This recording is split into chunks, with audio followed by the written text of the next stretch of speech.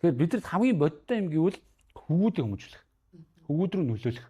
Энэ үзэж байгаа контентууд нь хог болцсон байхгүй. Тэгэхээр хөвгүүд рүү нөлөөлөх буюу тэдэрт инфлюенс хийж байгаа хүмүүс нь маш зөв хүмүүс байх хэрэгтэй гэж би нэгдүгээрт бодож байгаа. Хоёрдугаар чиний ярьдаг гэр бүл гэдэг чинь одоо нийгмийн анхдагч нэгж те. Одоо бидний одоо хамгийн чухал юм бол гэр бүл байхгүй. Гэр бүл гэдэг бол маш том хариуцлага, хүүхд гэдэг бол маш том хариуцлага. Тэрийг тоглоом шахлоом шиг те зүгээр ингэж те болохгүй байхгүй юм. Тэгэхээр нөгөө анхнаас нь бид нар шүү дээ тэр хүмүүст боловсрал олохдоо ч мэдэхгүй одоо тэр нөлөөлөхдөө гэр бүлээ сайхан төлөвлөл гэдэг юмыг л ерөөсөн анхнаас нь ойлгуулвал зүг байгаа. За гэр бүл төлөвлөхөөр яах юм те?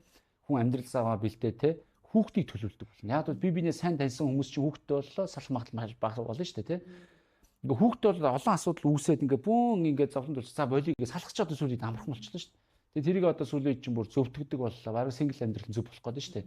Би бол анханасаа маш сайхан ингээд яг хаа хүний амьдралд янз бүр л байгаа би одоо заах ч зүгээр миний бодол шүү. За тэгээ ингээд маш сайн төлөвлөх нь чухал юм байна гэдэг ойлголтыг өгөх хэрэгтэй. Дээрэс нь хүүхд гэдэг бол маш том хариуцлага шүү. Хэрвээ чи энийг яасан бол чи тийм чинь маш их цаг тэг хүч энерги зарцуулна. Тэг би чи бол тэр бол бүр амьдралын номер 1 асуудал бүр хамгийн топт нь тавьчих гэж бодосоо гэдэг тийм агуулгыг өгөхийг хүсдэг.